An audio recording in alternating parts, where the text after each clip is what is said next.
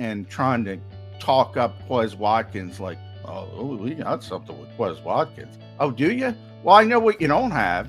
A.J. Brown, Terry McLaurin, Deebo Samuel, DK Metcalf. I know he's not that.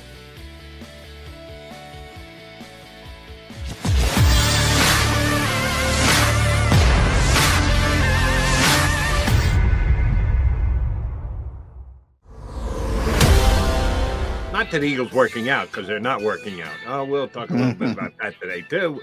You got your Mac guys here on Birds 365. Single-digit days until the NFL draft, down to 9 and counting. Johnny Mac, another chilly day here. Is spring ever going to arrive here?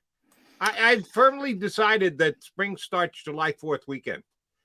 Yeah, we had a couple days to kind of tease not only us, it teases all the vegetation, all the flowers, all the trees, the leaves start to show up and then they go, what's going on here?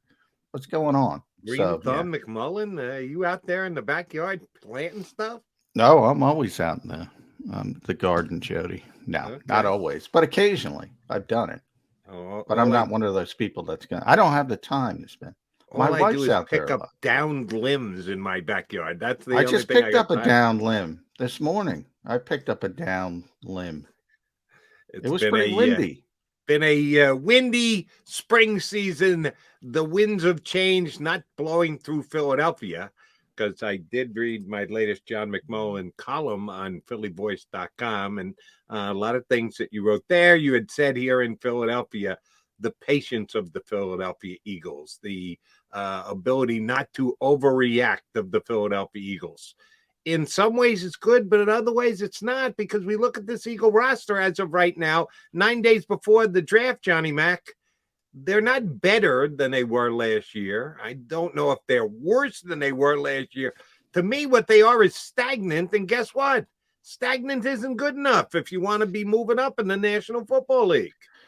Yeah, it's not, especially in this offseason when you've seen such a drastic shift in talent, really to the AFC more than the NFC. And we'll see, things in March don't tend to shake out that way come September and when the season starts. But certainly on paper, and that's all we can do right now, Jody. I've said from the start, basically from the start of the free agency process to where we are right now, and we're getting ever closer to the draft. We're going to have Brian Bosarge from draftcountdown.com. And they have a countdown, Jody. 9 days, 11 hours, 55 minutes, and 58 seconds. I'm looking at it. So, that's how close we are to the draft. And in that time frame, you can spin it. You can say, well, Hassan Reddick, this team hasn't had an edge rusher with double-digit sacks since Connor Barwin. So, this is a guy who's had double-digit sacks in 2 consecutive years, one with Arizona, one with Carolina. You can say, well, the pass rush is going to be better, so that'll help the back end. But the back end loses Steve Nelson, not a great player, but a competent player as the opposite corner. They tried to get Stephon Gilmore. They weren't able to do it. Talked about safety. They brought back one of the two. That's what we expected. But Rodney McLeod's out in Indianapolis now, and you can talk about the Honey Badger all you want until it shows up. Marcus Epps is penciled in as one of the starting safeties. Talk about Kaiser White if you want to spin it that way, and he's better than Davion Taylor. Certainly is more advanced. I'll give him that. And then we talk about the building around Jalen Hurts, and the names at wide receiver. I don't have to go over them again. Everybody they missed out on.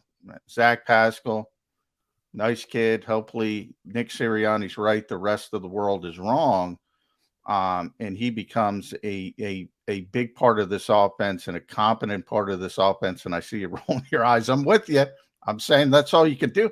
That if you're going to spin it the Eagles' way, that's what you have to do. Right. But from my standpoint, this team looks worse now. You said stagnant. I'll say worse now than at the start of free agency. And that's not the goal entering the draft. everything might fall into place. They might get 3 really good players in the top 51 picks.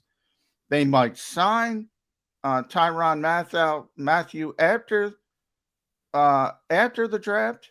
They might sign another competent player that can help somewhere else, and they might be a better football team. But this is what I always point out, Jody. Every GM in this league, and we have a bunch of them on this show at times, whether it's Randy Mueller, Mike, I'm trying to get Mike Tannenbaum back on the show. And all the personnel people we've had on the show. Chris Landry is a great one. Blake Bedingfield, on and on and on. They all say the same thing. What you want to do in free agency is set yourself up for the draft so you don't feel compelled to reach for a certain position. I mean, every single one of them. Howie Roseman says it in public. Every single one of them says the same thing. Have the Eagles done that? I ask you. I ask the listeners. I don't think they've done that. No, they have not. I want to put you to a test here. And this is absolutely not your final grade for the year, for the season, or anything else. This is just a snapshot test for you to give me information so I can put Jonathan Gannon under the spotlight. First play of the game first game, it's a 3rd and 5. The team needs to get into field goal range to be able to tie the game against the Eagles. It's an important down. The opposition has 3 wide receivers on the field, tight end, 3 wide receivers, 1 running back. And it's a 3rd and 5 in the 4th quarter of a game that hangs in the balance. I'm going to write this down. What is the 11-man defense like the Philadelphia Eagles, assuming health to everybody, but assuming the roster as of right now, against a 3 wide receiver set, 3rd and manageable, big spot in the 4th quarter against their opening opposition? Who are the 11 guys that are on the field right now? Right now, it would be Hassan Reddick and Josh Sweat on the edges. Brandon Graham would kick inside alongside either Fletcher Cox or Javon Hargrave, probably depending on who's playing better that day as a pass rusher, to be honest. But I would think they would lean towards Javon Hargrave in that situation. The outside corners would be Slay and Zach McPherson. The nickel would be Avonte Maddox. The linebackers would be TJ Edwards and Kaiser White. And the safeties would be Anthony Harris and Marcus Epps. That's where we stand today. Right. Versus 11 personnel in a big 3rd down where they expect to pass the ball. Right. That's why I said 3 wide receiver set. So you got Fletcher Cox off the field. I would, again, that to me is going to come down to Beal. But if you're going on last year, Javon Hargrave was a better pass rusher than Fletcher Cox. And it's kind of counter. People think the opposite. People think Javon's a better run stuffer than Fletcher and vice versa. Oh, no. Javon was really bad against the run. Fletcher was solid. And Javon was great on the pass rush. So that to me is kind of fluid. But if you're going off last year, Javon was the better pass rusher.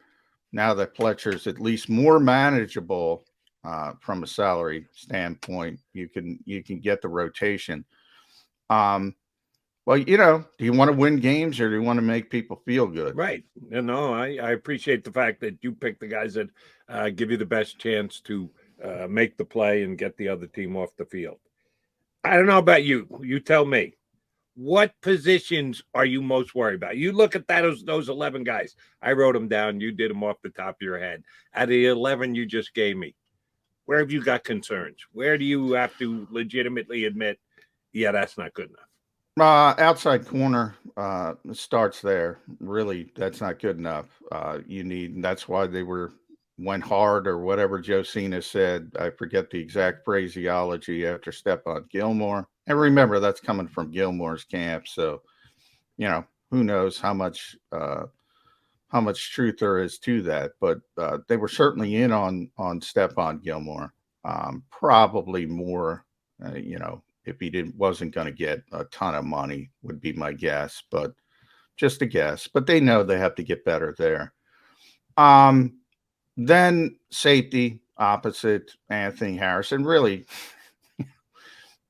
we act like, Anthony's a great guy, solid player, but really you need upgrades at both safety positions, to be honest. I mean, and the contract tells you everything with Anthony Harris. I mean, this guy was a franchise player at one time on a franchise tender in Minnesota. Last year he signed for what, 5 million or whatever it was, and maybe less than that. This year it's 2.5 million. Keeps going down and down and down. That tells you something, Jody. It truly does. So they need to upgrade both, and I think they're good enough. People are probably not going to like this. They're good enough for what they feel they need to be at linebacker if there are no injuries. And I think if there are no injuries and you're rolling those 4 guys out on the defensive line, you're probably good enough. So I would be more concerned about the secondary right now. And good enough, while I say good enough, I mean good enough to be where they were last year, sort of. Agreed. And I actually think Kazir White is an upgrade. I really the two signings that they've made of any consequence, and I'm not talking about returning players because they're already here. Yeah, they got Derek Barnett for cheaper than what he was. Does Howie get to keep that, by the way? If he brings back a player and gets him to sign a lesser contract, does he just get to keep the defense and put it in his pocket? He's fine when it comes to the Eagles aren't cheap. They're not. I don't. In fact, if you're going to gauge the 32 teams in their spending, the Eagles are comfortably in the top half. They're not cheap. The word I always use is disciplined, and I think they're too disciplined at times. And look, you could bang your head against the wall, and I agree with them. I talk about this all the time, Jody, in a vacuum versus not in a vacuum. In a vacuum, I agree with them. It's crazy to pay wide receivers what they're paying receivers. It's nuts. Okay, I acknowledge that. I agree with you. Then you either get in at the cost of doing business and don't like it, and you can stick, I got to buy gas today, Jody. Yeah. I got to buy gas. I'm not happy with it. I don't like it. I think it's a, messed up system. I'll say that, but I got to get involved if I want to leave the house. If you want to get involved in the NFL and be a player and be a Super Bowl contender, well, you got to do business. So you can complain about it, and I agree with you, and I think it's dumb, and I think it's stupid, and I think it's terrible to pay players that kind of money who are dependent on other players, i.e. quarterbacks, to get them the football. I don't think it makes a lot of sense.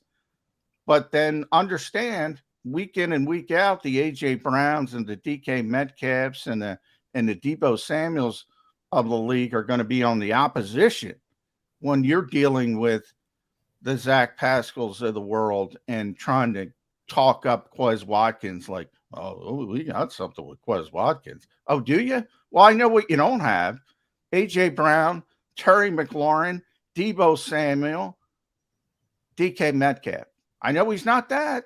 Nah, no one can argue that. All right, so since we both agree that the two positions that kind of stand out as not good enough are cornerback and safety, let me run a cornerback's name by you.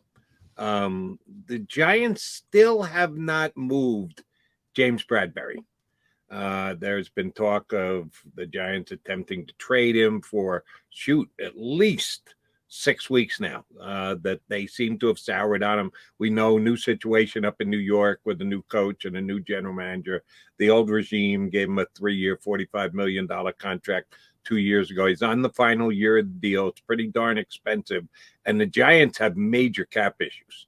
The Eagles are actually in solid cap space as of right now. They're in the top half of the teams with cap space. And cap space is the most fluid thing in the National Football League. You reduce some contracts, you free up some money, you kick the can down the road for a future year. But you should be able to clear some cap space when you need to. The Eagles are in a pretty good position right now.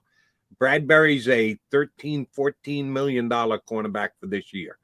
maybe you can't renegotiate with him. The Giants, I think, attempted to, and it was fruitless. They couldn't come up with a deal for Bradbury, so they've been willing to trade him.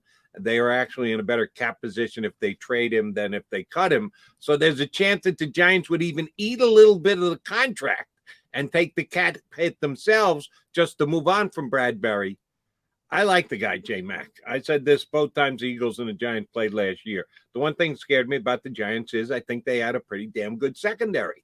And part of that was because of James Bradbury. And we all know that the Giants beat the Eagles once last year, even though I thought the Eagles were the better team on Jalen Hurts' probably worst day as an NFL quarterback, or at least as a starter this past year. And part of that reason was, yeah, I like the Giants secondary. I thought it was a strength of their team last year. But are looking to subtract from it by moving James Bradbury. I know a Giant Eagle trade just sounds wrong because they've got to compete against themselves. But should the Eagles be pursuing a guy like James Bradbury? Well, that's where I would normally go first, that the Giants wouldn't want to trade him in division if they had the chance. But they've kind of admitted they're tearing that thing down and rebuilding. So they might be more willing to think about it because they don't really care about winning, it seems, this year. And they're going to reboot the whole thing. So maybe that gives that avenue, makes it a little bit larger at least. But then you got to get in just what we're talking about, the discipline of the Eagles. Are they going to want to pay? And I like the player. I'm with you. I think, and by the way, he's one of the best zone corners, and that's what the Eagles do. They play a lot of zone in this league. And if you were to ask me who are your top 5 zone corners, well, Bradbury's going to be in it. He's that good of a player. So I think he's a fit. I think he's a good player. He's still under 30. But he's expensive. And are they going to be too disciplined again? This is one of those things where I do give Howie Roseman some slack, and he says, well, talent gathering season is longer than you think it is, and there are other ways to get things done.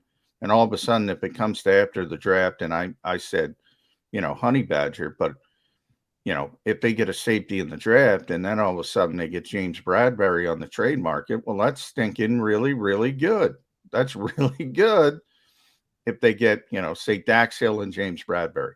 Then all of a sudden things change, and you say, well, this is they're starting to cook with some gas here on defense. So all of these are still possibilities. But here's my problem, and this is why I wrote the column, Jody.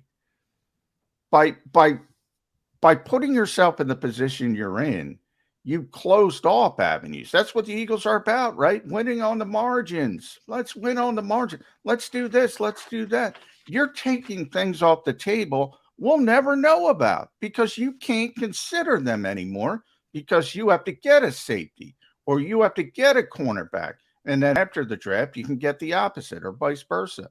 And that name, maybe Jordan Davis is there. Maybe a better player is there. Maybe a better wide receiver is there.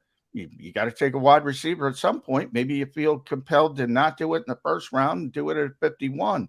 And all these things, these dominoes, this butterfly effect, and you're never going to know the possibilities because they shut off what they claim they always want to do, and that's win on the margins. You have not set yourself up properly for this draft. That's all I'm saying. You can recover, and it's always about players. We always, we talk about the trade with the Saints. Well, here we are, April 19th, whatever it is, Jody. Right now, the Eagles won that trade. Every draft chart, they won that trade. No question about what's Mickey Loomis doing. Well, guess what? If Mickey Loomis gets the players right, it doesn't matter. It doesn't matter. And you can talk about, well, they got great value for that trade. All right, enjoy your value while he has, let's pretend, and I know you don't think it and I don't think it, but let's pretend he gets the quarterback, and if it's Kenny Pickett or Malik Willis, and they're better than we think they are, and everybody else thinks they are, and they turn into a Pro Bowl quarterback. I guarantee it, back in the day, Nobody thought Drew Brees was going to the Hall of Stinking Fame. You never, Tom Brady's the most obvious at 199. If you get that quarterback right, it doesn't matter the valuation of this stinking trade. And that will tell the tale long term. But right now, as we stand here, Jody, I don't think they've set themselves up right for the draft like they claim they want to do. Two things before we get our first break in and punch up our first guest. Number one, if you're right about one of those Saints picks being quarterback, not only is it going to be bad and he turns into a player, because the Saints in the same conference with the Eagles are better because they got an upgraded quarterback.